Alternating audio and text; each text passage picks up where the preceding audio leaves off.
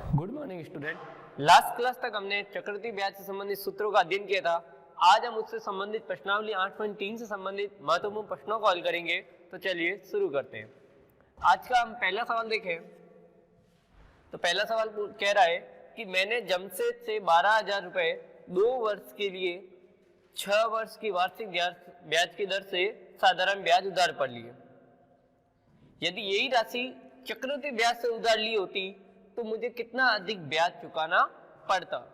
अर्थात यह जो राशि है 2 वर्ष के लिए 6% की दर से कैसे उधार लिया, साधारण ब्याज। यही राशि अगर मैं चक्रवृद्धि ब्याज से उधार लेता, किससे लेता, चक्रवृद्धि ब्याज से, तो मुझे कितना अधिक ब्याज चुकाना पड़ता।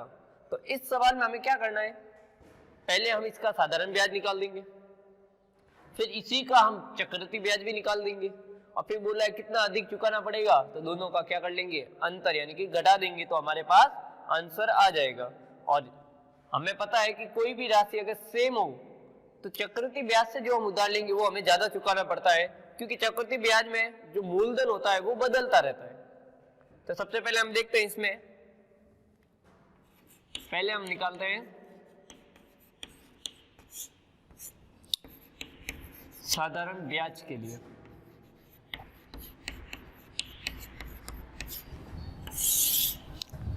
तो मूलधन कितना है, इसको हम कहेंगे P। मूलधन है हमारे पास 12,000 रुपए। समय टाइम है हमारे पास 2 वर्ष, और फिर दर यानी कि रेट, दर हमें दे रखी है 6%। ये तीनों चीजें हमें यहाँ दे रखी है, मूलधन, समय और दर। और चक्रवृद्धि ब्याज के लिए भी सेम यही है। अब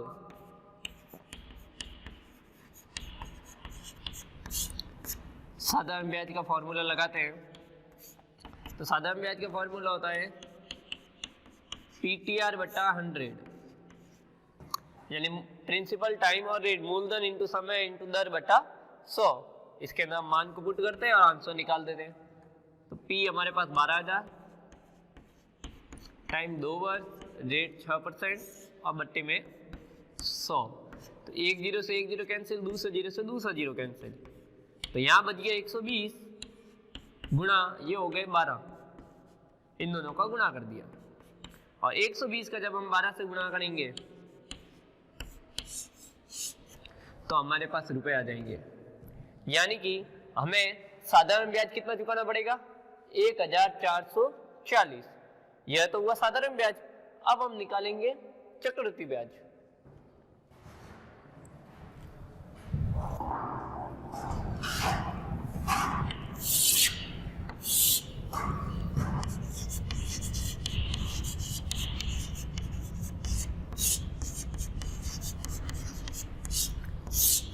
चक्रवृद्धि ब्याज में भी हमारे पास मूलधन वही है, समय वही है, दर वही है, क्योंकि राशि वही है, सब चीज वही लिखी हुई है। यदि यही राशि इतने ही ब्याज के लिए, तो क्या करेंगे, सीधा फॉर्मूला लिखेंगे। तो चक्रवृद्धि ब्याज का फॉर्मूला होता है मूलधन कोष्टक 1 प्लस R बटा 100 की पावर T, यानी मूलधन प्लस दर बटा 100 की पावर समय। इसके अंदर मान पुट करें तो मूलधन हमारे पास 12,000, 1 प्लस रेट है हमारे लिए 6% और समय है 2 वर्ष के लिए। अब यदि हम इसको थोड़ा और सरल करें तो 12,000 गुणा, यह मैंने आपको सिखाया था कि बट्टे में 100 है तो इसको इसके अंदर जोड़ देंगे, यानी 100 और 6 कितने हो जाएंगे, 106। इसका हम लसब लेंगे तो जो अंश है वो इसको हर में जोड़ दीजिए, सीधा आंसर आ जाएगा 106 गुणा 100, और पावर 2 है इसीलिए इसको 2 बार लिखेंगे। अब हम इसको थोड़ा सरल कर देते हैं और आंसर देख लेते हैं। तो एक जीरो से एक जीरो, दूसरा जीरो से दूसरा, तीसरे से तीसरा, यानी कि अब हमारे पास बचा, ऊपर क्या बचा, 12 गुणा 106 गुणा 106 और बट्टे में बचा 10, बट्टे में 10, यहाँ बचा 12 गुणा 106 का हम 106 से जब गुणा करेंगे तो इसका उत्तर होगा 112 36।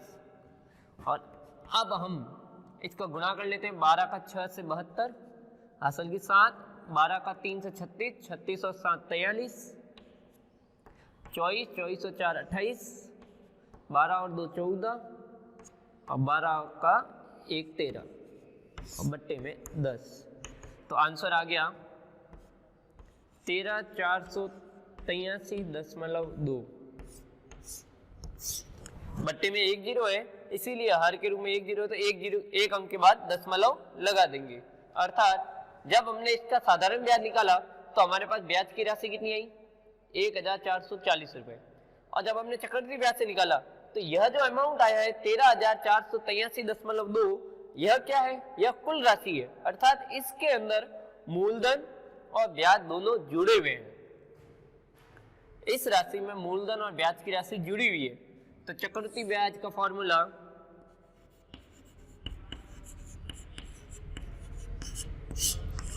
चक्रवृद्धि ब्याज बराबर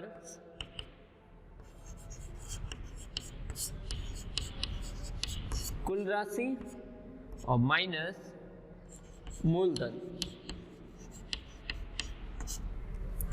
तो हम चक्रवृद्धि ब्याज को निकालें तो कुल राशि है 13,483.2 और माइनस हो जाएंगे 12,000 रुपये, क्योंकि मूलधन हमारे पास 12,000 है।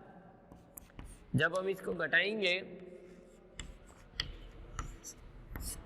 तो हमारे पास ब्याज की राशि आएगी।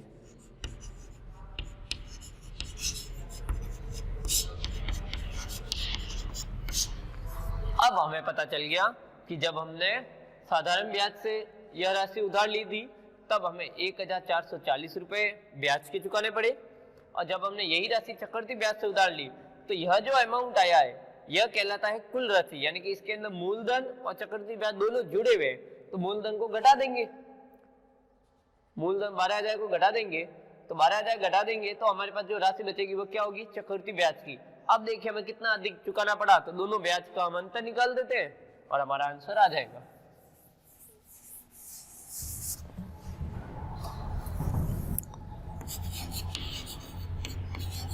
चक्रवृद्धि ब्याज एवं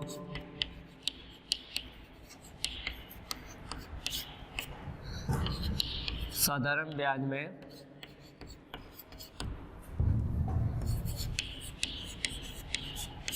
अंतर की राशि।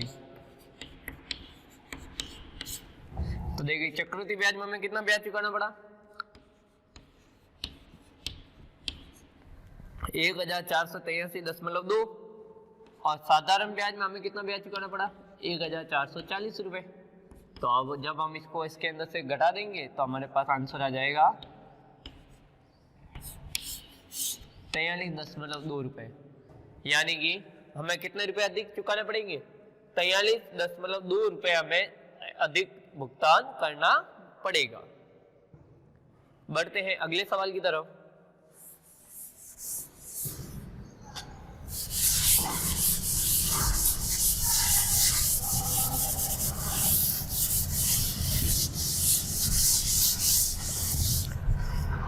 दूसरा सवाल है कि 62,500 रुपए पर 1/2 वर्ष के लिए 8% की वार्षिक दर से कुल राशि और चक्रवृद्धि ब्याज ज्ञात कीजिए यदि ब्याज कैसे संयोजित होता है? अर्धवार्षिक।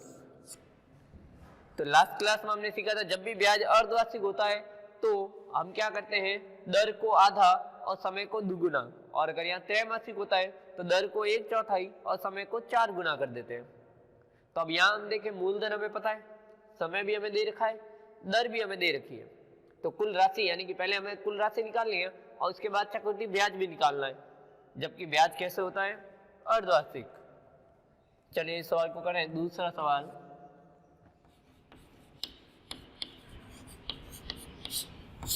मूलधन बराबर, मूलधन हमें दे रखा है 62,500, समय 1/2 इसको पहले हम अनुचित विनय में बदल दें तो यहाँ आ जाएगा 3/2 वर्ष। किंतु यहाँ हमें दे रखा है अर्धवार्षिक है तो इसका हमें दुगुना करना पड़ेगा। तो 3/2 का हम जब दुगुना करेंगे तो 2 से 2 कट जाएगा तो हमारे पास समय आ जाएगा 3। दुगुना क्यों किया? क्योंकि यहाँ हमारे पास जो वार्षिक ब्याज है वो अर्धवार्षिक है। दर हमें दे रखी है 8%। फिर इसमें अब हम इसका आधा करेंगे तो हमारे पास दर होगी 4। आधा क्यों किया? क्योंकि ब्याज कैसा है, अर्धवार्षिक होने पर दर हो जाती है आधी और समय हो जाता है दुगुना, इसीलिए हमने दर को कर लिया आधा और समय को कर लिया दुगुना। अब हम कुल राशि का फॉर्मूला लगा देते हैं।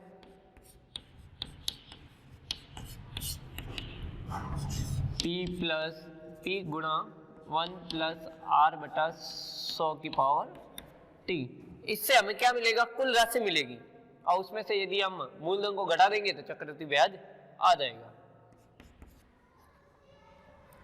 तो अब इसको हम यदि सरल करें तो मूलधन कितना? 62,500 गुणा 1 प्लस 4/100 क्योंकि समय हमारे पास 3 है। 62,500 गुणा यह क्या हो जाएगा? 100 है और ये 4 है तो ये 104 हो जाएंगे और इसको हम 3 बार लिखेंगे। अब जो सरल हो रहा है उसको सरल कर देते हैं। यह 2 0 से यह 2 0 कट जाएंगे, यह और यह कट गया 4 के पहाड़े से, यह आएगा 25 और यह आएगा 26। इसी तरह यह और यह भी कट जाएगा 25 और ये हो जाएंगे 26। अब देखो 25 के पहाड़े से यह कट जाएगा 25 बार और 25 से यह भी कट जाएगा 25 से, तो लास्ट हमारे पास आंसर बचा 104 गुणा 26 गुणा 26। तो 104 गुणा 26 इंटू 26 होंगे 676 और 676 इंटू 104 तो 104 का 6 से 62, 728, 790 और 124 और 703।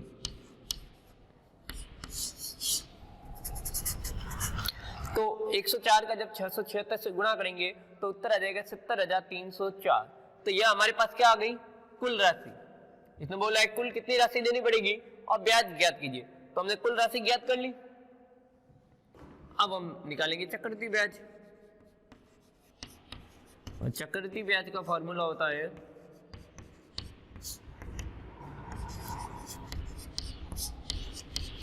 कुल राशि माइनस मूलधन। तो कुल राशि हो गई 70,304 और माइनस के मूलधन कितना है? 62,500। जब हम इसको घटाएंगे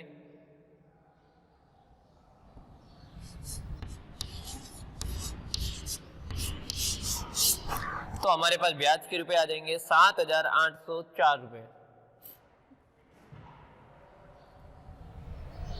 ठीक है, तो हम कह सकते हैं कि 62,500 रुपए 1.5 वर्ष के लिए 8% की दर से कुल राशि कितनी हो जाएगी? 70,304 और ब्याज चक्रवृद्धि ब्याज कितना हो जाएगा? 7,804 रुपए। बढ़ते हैं अंतिम सवाल की तरफ।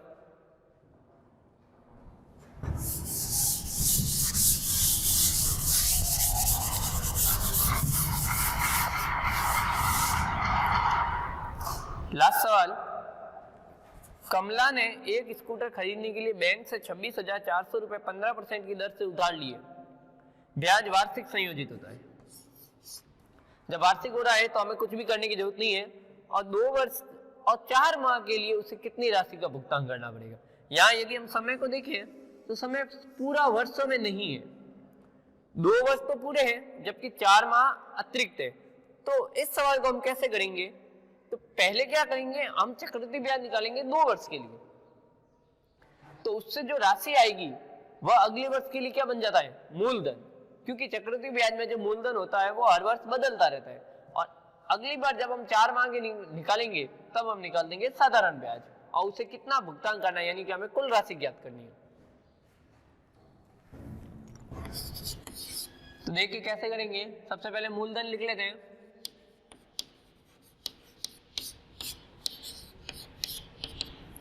मूलधन है 26,400, दर है 15% और समय है 2। वापस समझिए, समय 2 वर्ष क्यों लिखा, क्योंकि यह तो पूर्ण में है और यह 4 महीने है और यहाँ वार्षिक ब्याज होता है, इसीलिए इसे हम दुगुना नहीं कर सकते, क्योंकि दर कैसी वार्षिक संयोजित है।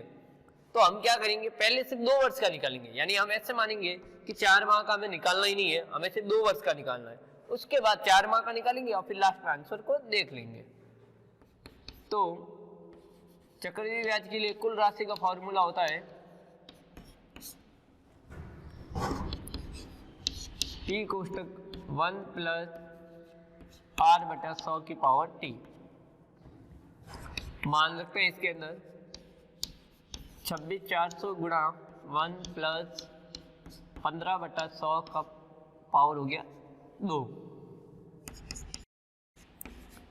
26,400 गुणा यह हो जाएंगे 115 और यह भी हो जाएंगे 115/100। 2 है इसीलिए 2 बार कर लिया। अब सरल कर लेते हैं। ये दोनों कटेंगे 5 के पाड़े में 23 और 20, ये फिर 5 के पाड़े में 23 और ये आ जाएंगे 4, और 4 से यह कट जाएगा 66 बार।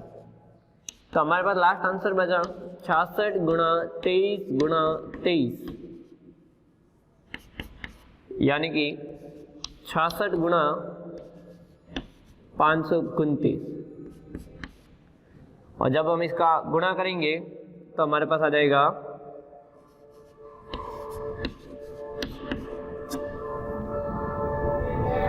32,914। एक बार कर लेते हैं।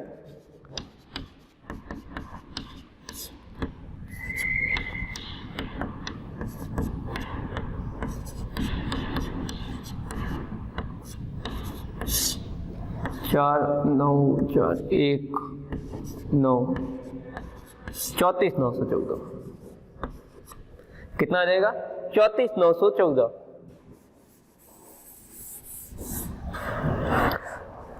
तो 2 वर्ष बाद उसके जो 26,400 रुपए थे वह बन जाएंगे 34,914। ये 2 वर्ष बाद। अब हमें 4 माह के लिए निकालना है, तो जब हम 4 माह के लिए निकालेंगे तो हमारा जो मूलधन होगा वह यह हो जाएगा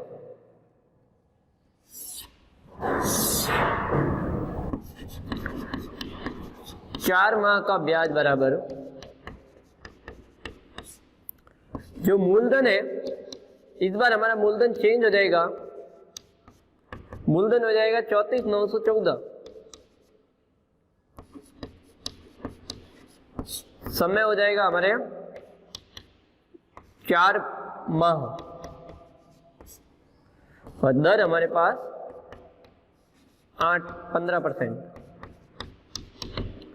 जब 4 महीने का निकालेंगे तो अब हम निकालेंगे साधारण ब्याज।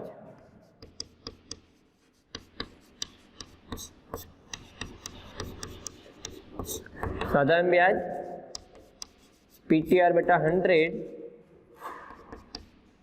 अर्थात 34,914 गुणा 15 × 4/100 गुणा 12।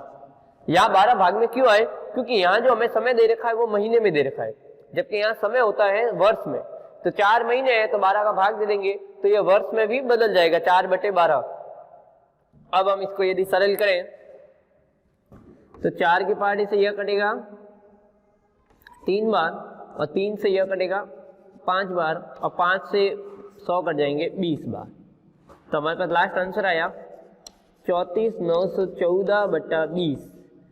फिर 2 का भाग देते हैं तो 17,400 57/10, और जब हम इसमें 10 का भाग देंगे तो 17,400 ये हो जाएगा हमारा आंसर 1745.7 रुपए, यानी कि ब्याज के कितने हो गए। ये कितने वर्ष के हुए, 4 महीने के। तो 2 वर्ष का तो हमारा निकाल दिया 34,914, और इसके अंदर यदि हम यह वाली राशि जो है जोड़ देंगे तो हमें पता चल जाएगा कि उसे कुल कितना भुगतान करना है। तो 2 वर्ष बाद तो इतना भुगतान करना है और 4 महीने का इतना एक्स्ट्रा भुगतान करना है। तो 2 वर्ष और 4 माह के लिए कुल कितना हो जाएगा, कुल भुगतान राशि बराबर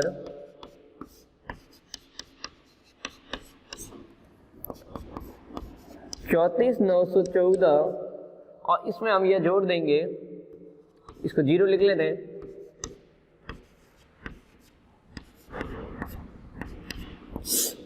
तो 0.95663, यानी कि लास्ट आंसर हमारे पास आ गया 36,659.7 रुपए। अर्थात कमला को 2 वर्ष और 4 माह बाद उसे कुल मिलाकर 36,659.7 रुपए का भुगतान करना पड़ेगा। तो इस प्रकार आज की क्लास में हमने कुछ महत्वपूर्ण प्रश्नों को हल किया। नेक्स्ट क्लास में हम कुछ और अन्य महत्वपूर्ण प्रश्नों को हल करेंगे। धन्यवाद।